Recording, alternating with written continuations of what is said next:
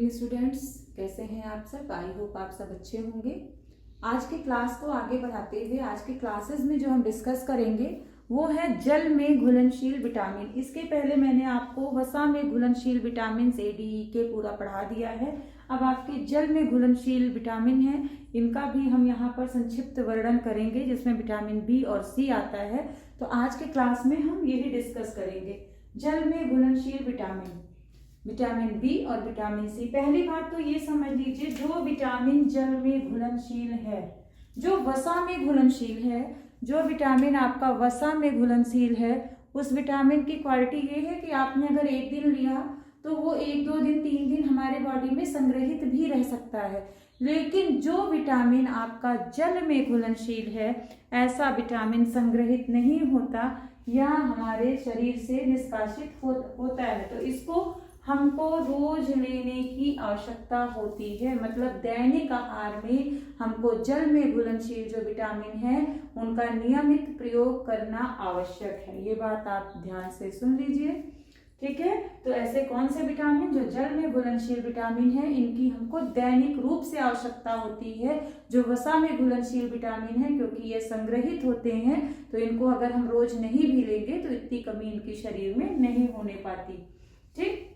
अब vitamin B, vitamin B खाली एक विटामिन नहीं है, कई प्रकार के विटामिन बी का समूह है, इसलिए इसको विटामिन बी कॉम्प्लेक्स के नाम से भी जाना जाता है। विटामिन बी कॉम्प्लेक्स, इसको विटामिन बी कॉम्प्लेक्स के नाम से जाना जाता है। हमको इसको रोज नियमित ग्रहण करना है, ये मैंने आपको बता दिया। विटामिन बी एक नाइट्रोजन युक्त, देखिए नाइट्रोजन क्या, इसमें सल्फर भी है, कार्बन है, हाइड्रोजन है। और नाइट्रोजन जैसे आपने प्रोटीन में पढ़ा था, तो विटामिन बी में भी नाइट्रोजन पाया जाता है, खासकर थायमिन में तो बिल्कुल पाया जाता है। तो ये नाइट्रोजन युक्त पदार्थ है, इसमें नाइट्रोजन की भी मात्रा देखने को मिलती है। इसके पहले किस पोषक तत्व में आपने पढ़ा था? प्रोटीन में, ठीक।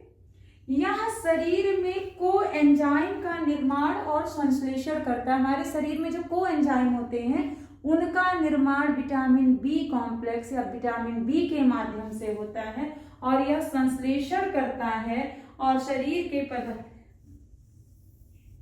उनका कोएंजाइम का निर्माण करता है, संश्लेषण करता है, और जो कोएंजाइम के पदार्थ हैं उनका भी यह संश्लेषण करता है। समझ में आया? विटामिन बी नियमित रूप से ग्रहण करना है, नाइट्रोजन युक्त है, शरीर में कोएंजाइम के निर्माण और संश्लेषण का कार्य करता है। जो मेन है, जैसे विटामिन बी ही आप पढ़ रहे हैं, तो जो मेन भूमिका है वो मैं इसकी पहले बता दे रही हूँ, बाद में जो प्रत्येक विटामिन है उसके बारे में मैं आपको बता दूंगी, ठीक। अब देखिए, यह मुख्य रूप से जो खमीर होता है, खमीर को एक रूप की कवक होती है, खमीर में और यकृत में संग्रहित होता है, ठीक। खमीर में और यकृत में इसका संग्रहण देखा जाता है। विटामिन बी आंतों के अंदर जो गुड बैक्टीरिया पाई जाती हैं, विटामिन बी जो हमारे आंतों के अंदर गुड बैक्टीरिया कुछ पाई जाती हैं, उनसे इनका संश्लेषण होता है, उनसे इनका संश्लेषण होता है, ठीक। इतना आपने समझ लिया विटामिन बी के बारे में। नाइट्रोजन युक्त पदार्थ है, आंतों में गुड बैक्टीरिया द्वारा इनका संश्लेषण होता है, ठीक। यकृत और खमीर में इसका संग्रहण होता है। जल में घुलनशील विटामिन है, इसलिए शरीर में यह संग्रहित नहीं हो पाता। अब आप आगे बढ़िए, देखिए इसका जो इसके कई नाम हैं, मतलब कई पार्ट में है। कॉम्प्लेक्स विटामिन B1 जिसको थायमिन कहा जाता है, vitamin B2 riboflavin, vitamin B3 nicotinic acid, pantothenic अम्ल, B6 विटामिन B9 फॉलिक अम्ल, बायोटीन और विटामिन B12 जिसको सेराकोबाल्मिन कहते हैं, ठीक है। ये इतने विटामिन के पार्ट हैं। अब आप इसके बारे में पढ़ लीजिए। Vitamin B1 thiamine, vitamin B1 का जो रासायनिक नाम है वो थायमिन है। कभी कभी क्वेश्चन में ऐसे आता है कि आपको यहाँ लिखा रहेगा B1, B2, B6 और इधर लिखा रहेगा थायमिन, बायोटीन, राइबोफ्लेविन, और इसको कहा जाएगा मिलाइए, इसको मैच करिए। तो ये सब जानना जरूरी है कि क्या किसका नाम है। तो विटामिन B1 थायमिन 1926 में इसकी खोज की गई। 1926 में इसकी खोज की गई। जेंसल डोनथ ने इसके बारे में बताया। इसके पहले आपने पढ़ा ही है कि फंक महोदय जो हैं वो विटामिन की खोज के बारे में, तो उनका नाम सबसे पहले कि विटामिन की खोज किसने की, फंक महोदय। लेकिन 1926 में विटामिन B1 थायमिन के बारे में जेंसल डोनथ ने बताया कि चावल के छिलकों को उन्होंने जब अलग किया तो उसमें उन्होंने एक पदार्थ को देखा। तो वो पदार्थ क्या था, वो पदार्थ उनको लगा कि यह शरीर के लिए बहुत आवश्यक पदार्थ है और इसके कमी से जो है शरीर रोगग्रस्त हो जाता है, और उसी को उन्होंने विटामिन 1 या थायमिन का नाम दिया। अब देखिए इसकी कमी से आप एक चीज समझ लीजिए, जितने भी विटामिन बी से रिलेटेड जो है विटामिन हैं, जितने भी हैं आपके विटामिन B12 तक, ये लगभग इनसे मिलते जुलते रोग एक ही तरह है, बस थोड़ा सा नाम अलग है। और जिसमें कुछ मेन है, जैसे देखिए विटामिन B1 की कमी से लकवा हो जाता है, हृदय पेशी सही ढंग से कार्य नहीं करती, पाचन संबंधी रोग हो जाते हैं जिसमें अतिसार है, कब्ज है, बेरी 3 प्रकार का होता है, आर्द्र, शुष्क और शिशु। अब देखिए बेरी में ही क्या होता है, तंत्रिका तंत्र सही ढंग से कार्य नहीं करेगा। अगर तंत्रिका तंत्र सही ढंग से कार्य नहीं करेगा तो निश्चित ही रोगग्रस्त हो जाता है, और उसी को उन्होंने विटामिन 1 या थायमिन का नाम दिया। अब देखिए इसकी कमी से आप एक चीज समझ लीजिए, जितने भी विटामिन बी से रिलेटेड जो है विटामिन हैं, जितने भी हैं आपके विटामिन B12 तक, ये लगभग इनसे मिलते जुलते रोग एक ही तरह है, बस थोड़ा सा नाम अलग है। और जिसमें कुछ मेन है, जैसे देखिए विटामिन B1 की कमी से लकवा हो जाता है, हृदय पेशी सही ढंग से कार्य नहीं करती, पाचन संबंधी रोग हो जाते हैं जिसमें अतिसार है, कब्ज है, बेरी 3 प्रकार का होता है, आर्द्र, शुष्क और शिशु। अब देखिए बेरी में ही क्या होता है, तंत्रिका तंत्र सही ढंग से कार्य नहीं करेगा। अगर तंत्रिका तंत्र सही ढंग से कार्य नहीं करेगा तो निश्चित ही यह शरीर में लकवा जैसी बीमारी, तंत्रिका तंत्र भी सही ढंग से कार्य नहीं कर रहा, हृदय पेशी भी सही ढंग से कार्य नहीं कर रही है, तो क्या होगा, उसमें लकवा जैसी बीमारी हो जाएगी। ठीक है। अब देखिए क्यों तंत्रिका तंत्र क्यों प्रभावित होता है। देखिए तंत्रिका तंत्र इसलिए प्रभावित होता है, जो हमारा तंत्रिका तंत्र है वह ऊर्जा से चलता है, और ऊर्जा हमें कार्बोहाइड्रेट से मिलती है, और कार्बोहाइड्रेट का संश्लेषण जो है विटामिन B1 या थायमिन के माध्यम से होता है। इस कारण से अगर विटामिन 1 या थायमिन की शरीर में कमी हो जाए तो क्या होगा, तंत्रिका तंत्र संबंधी रोग उत्पन्न होने लगेंगे। आपको समझ में आ गया होगा। ठीक। अब vitamin B12 riboflavin, vitamin B2 इसका नाम राइबोफ्लेविन है, ये आप लोग लिखते जाइएगा, यहाँ थायमिन यहाँ राइबोफ्लेविन। देखिए कभी कभी क्या होता है, किसी के मुंह के किनारे बहुत फटते हैं या बार बार उसके मुंह में छाले निकलते हैं, यह सब क्या है, यह सब विटामिन B2 की कमी है। और मुंह संबंधी जो रोग है, जिसमें मुंह के पोड़ का फटना, बार बार दाने या छाले निकल आना, इसको क्या कहते हैं, इसको किलोसिस नामक रोग से जानते हैं, किलोसिस नामक रोग से जानते हैं। और इसका राइबोफ्लेविन नाम क्यों दिया गया, ये रवेदार शक्कर से मिलती, राइबोज और शक्कर से मिलता एक पदार्थ था, राइबोज से मिलने के कारण इसे राइबोफ्लेविन का नाम दिया गया, शक्कर से मिलता हुआ पदार्थ है। ठीक। शरीर में इसका कार्य है कार्बोहाइड्रेट्स, लिपिड्स के चयापचय व ऑक्सीकरण में सहायक है, कार्बोहाइड्रेट, लिपिड्स के चयापचय और उनके ऑक्सीकरण में यह सहायक होता है विटामिन B2 राइबोफ्लेविन। अब यही देख लीजिए, विटामिन B2 भी अगर शरीर में कम हो गया तो कार्बोहाइड्रेट का या लिपिड्स का सही पाचन नहीं होगा, ऑक्सीकरण नहीं होगा, इनका सही पाचन और ऑक्सीकरण नहीं होगा तो शरीर को ऊर्जा नहीं प्राप्त होगी, शरीर को ऊर्जा नहीं प्राप्त होगी तो शरीर के तंत्रिका तंत्र का संचालन निश्चित है मंद पड़ने लगेगा। ठीक। अब जो ये मेन है तो हो ही गया। इसके अलावा देखिए ये आपने पढ़ ही लिया, किलोसिस रोग हो जाता है, मुंह के कोड़ पड़ जाते हैं, छाले पड़ते हैं, आंखों से पानी, आंखों की जो परत होती है वहां से जो है पानी आने लगता है, त्वचा पर खुजली होने लगती है, वयस्क पुरुष में जो अंडकोश पाया जाता है वह इसकी कमी से जो है उसमें घाव होने लगते हैं, तो इसलिए इस विटामिन की शरीर में अत्यधिक आवश्यकता है और दैनिक रूप में आवश्यकता है। अभी हम एक सारांश रूप में बता देंगे कि किन किन पदार्थों में विटामिन जो है बी पाया जाता है। ठीक है, एक साथ ही बता देंगे। विटामिन B3 निकोटिनिक या नियासिक अम्ल, इसको दो नाम से जानते हैं, निकोटिनिक या नियासिक अम्ल। 1412 में इसकी खोज की गई। 1412 में इसकी खोज की गई। देखिए, इसकी कमी से क्या होता है, पैलाग्रा नामक रोग हो जाता है, जिसमें पाचन शक्ति का क्षीण होना, डायरिया बार बार होना, तंत्रिका तंत्र का कमजोर हो जाना। और देखिए, किसी के अभी तंत्रिका तंत्र अगर सही ढंग से काम नहीं करेगा या स्नायु मंडल सही ढंग से कार्य नहीं करेगा तो पागलपन संबंधी रोग हो जाता है। ठीक है, कार्बोहाइड्रेट और लिपिड्स के पाचन में ये भी सहायक है। अब देखिए, इससे संबंधित एक दो रोग ऐसे हैं जो कभी कभी नाम से पूछे जाते हैं। यहाँ तो आपने पैलाग्रा पढ़ लिया। एक है डर्मेसिया। डर्मेसिया रोग यही है जहां पर शरीर दुर्बल हो जाता है और भूख में कमी। शरीर दुर्बल, जब हम इसका PYQ कराएंगे तो उसमें छोटे छोटे से रोगों को हम वसा का और विटामिन का और प्रोटीन का एक अलग से चैप्टर लेके आएंगे, जिसमें हम कुछ क्वेश्चन बोर्ड पर ही सॉल्व कराएंगे। उसमें आपको ये सब रोग हम बता देंगे। डर्मेसिया जिसमें भूख में कमी, शरीर दुर्बल होना, और डर्मेटाइटिस जिसमें त्वचा के ऊपर चत्ते कब चत्ते आते हैं, जब व्यक्ति सूर्य के प्रकाश में आ जाता है, सूर्य के प्रकाश में, तो वो त्वचा पर जब डायरेक्ट पड़ती है तो त्वचा पे लाल लाल चित्ते या चकत्ते पड़ जाते हैं, वो डर्मेटाइटिस है। और विटामिन B3 की कमी से यह रोग होता है। विटामिन B5 पेंटाथेनिक अम्ल, देखिए नाम से ही स्पष्ट है, विटामिन B5 पेंटाथेनिक, पेंटा और 5। ओके, विटामिन B5 पेंटाथेनिक अम्ल, इसकी कमी से क्या होता है, चर्म रोग, जो शरीर के ऊपर चर्म रोग, स्किन संबंधी बीमारियां दिखाई देती हैं, वह रोग हो जाता है। बाल जल्दी, उम्र के पहले बाल सफेद होने लगते हैं। फर्टिलिटी जो है वो शरीर की कम होने लगती है। तो यह सब रोग जो है विटामिन B5 की कमी से होता है। ठीक है, विटामिन B5 की कमी से। विटामिन B6 पैराडॉक्सिन, पैराडॉक्सिन इसका नाम है। ठीक है, ये अमीनो अम्ल के संश्लेषण में सहायक है।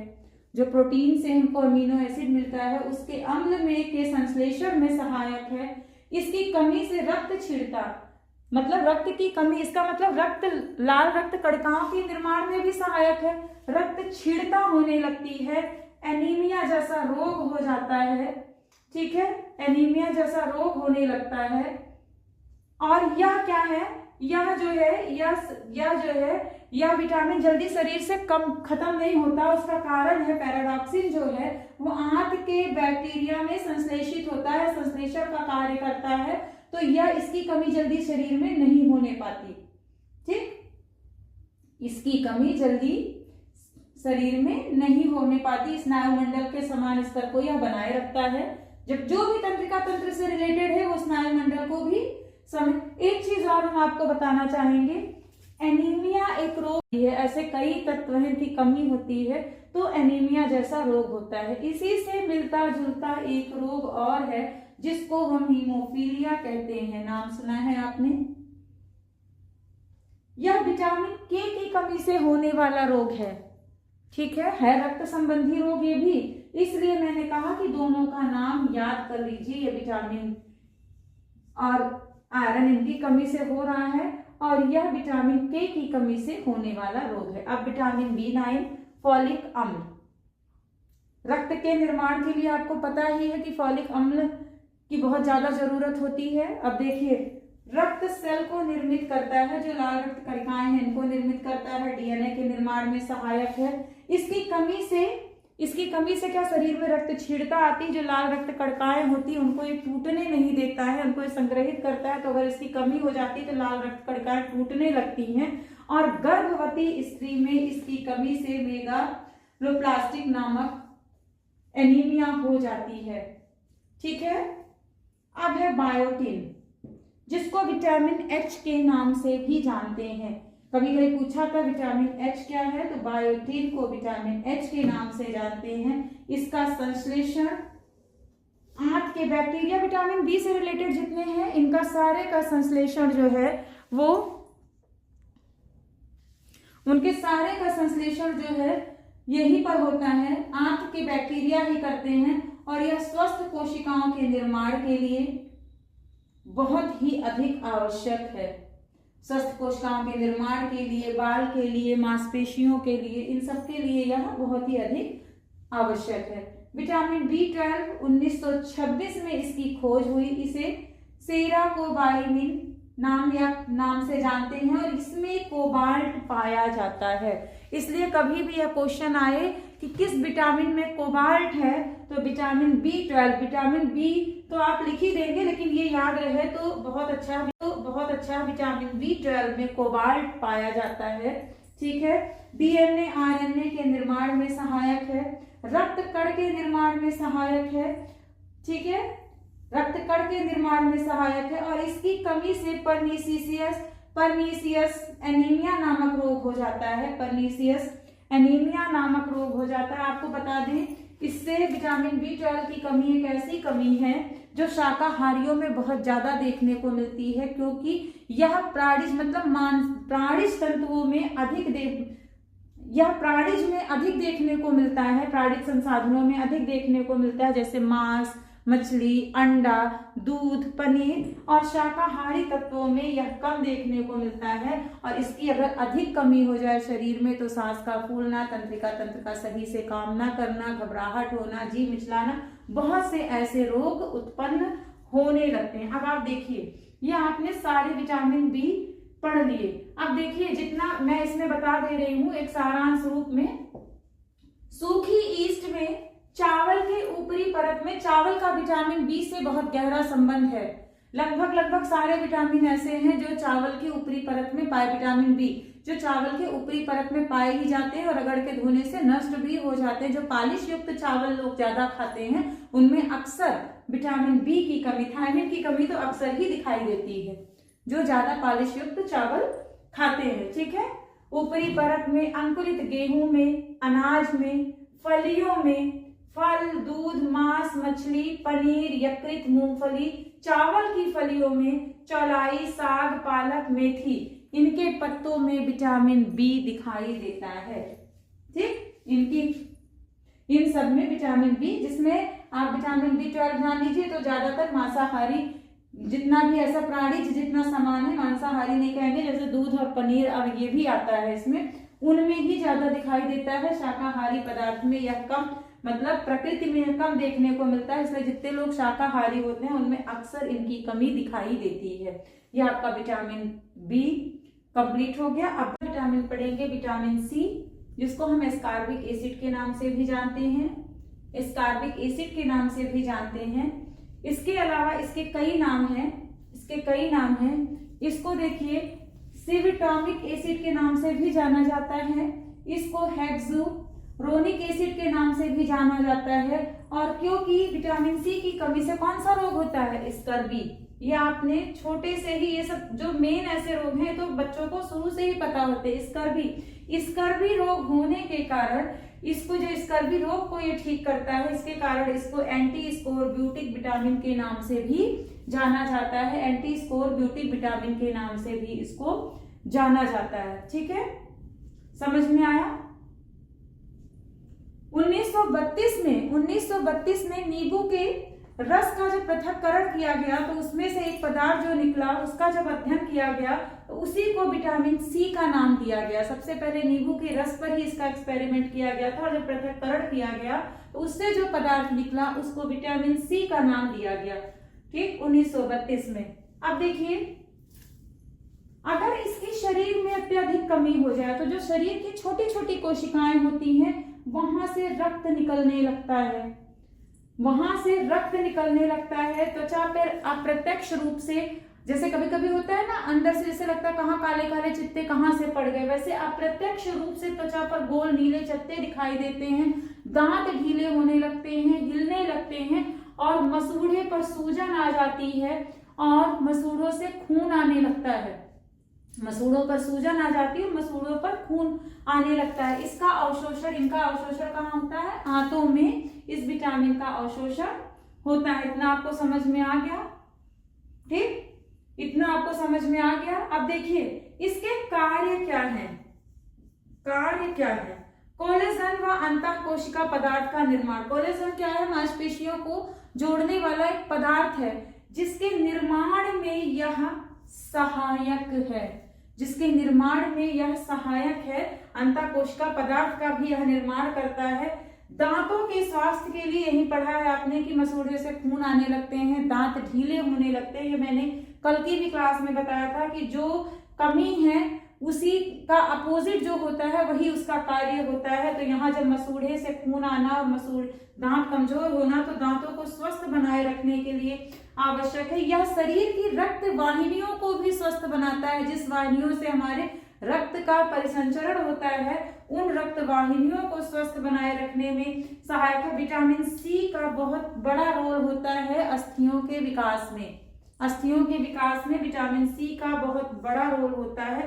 रोग निरोधक, शरीर में जो रोग होते हैं उनके एंटीऑक्सीडेंट के रूप में भी यह कार्य करता है। इसीलिए आप देखिए कोई भी ऐसी बीमारी होती है तो डॉक्टर विटामिन सी की टेबलेट भी साथ में चूसने के लिए दे देते हैं, या तो कहते हैं कि नींबू खाओ, संतरा खाओ, पपीता खाओ, ऐसे चीजों का सेवन अधिक करो।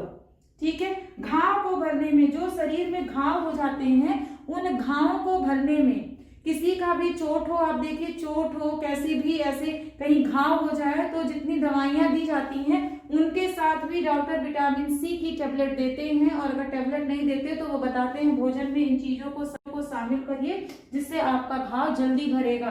तो यह घाव को भरने में सहायक है। एंजाइम के निर्माण में सहायक है। यह अगर शरीर में सही मात्रा में है तो श्वसन क्रिया सही ढंग से संचालित होती है। ठीक। अब देखिए यह इसकी कमी से स्कर्वी नामक रोग हो जाता है। स्कर्वी, अभी मैंने पहले भी कहा स्कर्वी दो प्रकार की होती, एक वयस्कों में पाई जाती है, एक बालकों में। देखिए लगभग दोनों के लक्षण सेम है, बस थोड़ा सा अलग है कि बच्चों में कैसा है, वयस्क में कैसा है। जो लोग विटामिन सी का लंबे समय तक सेवन नहीं करते उन्हीं में इनसे संबंधित रोग दिखाई देता है। जैसे कि हमारे भोज्य पदार्थों में दूध ऐसा पदार्थ है, दूध ऐसा पदार्थ है जिसमें विटामिन सी की बिल्कुल भी मात्रा नहीं पाई जाती। तो बाल स्कर्वी अगर बच्चा माँ का दूध पी रहा है, लगातार दूध पर है, तो उसके शरीर में विटामिन सी नहीं जाता है, उसमें क्या होगा, विटामिन सी के अभाव में उसके शरीर में बाल स्कर्वी नामक रोग हो जाएगा, जिसमें वह कमजोर होगा, चिड़चिड़ा होगा, उसके भार में कमी आने लगेगी, बुखार रहेगा, अस्थियां विकृत कमजोर हो जाएंगी, पैरों में सूजन, क्योंकि आपने पढ़ा अस्थियों के निर्माण में सहायक है, पैरों में सूजन आ जाएगी। इतना तो बच्चों में होता है। सेम आप यही देख लीजिए वयस्कों में, अगर वो भी विटामिन सी का, इसीलिए अपने भोजन में सलाद को शामिल करना चाहिए, नींबू को शामिल करना चाहिए, पपीता खाना चाहिए, अंकुरित अनाजों का सेवन करना चाहिए, हरी सब्जियां थोड़ी मात्रा में लेनी चाहिए, जिससे इसकी कमी ना होने पाए। इसकी कमी से शरीर कमजोर हो जाएगा, भार में कमी हो जाएगी, सिर हाथ पैर में लगातार दर्द होगा, क्योंकि पता है कि मांसपेशियों में या अस्थियों के निर्माण में सहायक है, तो कमी है। घाव, जो अगर घाव है शरीर में तो वो जो है भरेंगे नहीं बल्कि और फटने लगेंगे और व्यक्ति के शरीर में हमेशा दर्द रहेगा। अब इसके प्राप्ति के साधन जैसे हम पहले ही बता चुके हैं, जितने भी खट्टे फल हैं उनमें यह प्रचुर मात्रा में देखने को मिलता है। नींबू, संतरा, अनानास, पके आम, पपीता, टमाटर, आंवला, अंकुरित अनाज, इसके अलावा चौलाई, पालक, धनिया की पत्ती, सहजन में भी इसकी मात्रा दिखाई देती है। देखिए इतना तो आपने पढ़ लिया। इसके साथ साथ कहीं वर्णन है कि एक जल में घुलनशील विटामिन और है जिसको विटामिन पी कहा गया है। कहीं वो विटामिन दिखाई देता है, कभी कभी पूछ लिया जाता है। तो सेम उसका कार्य विटामिन सी की ही तरह होता है।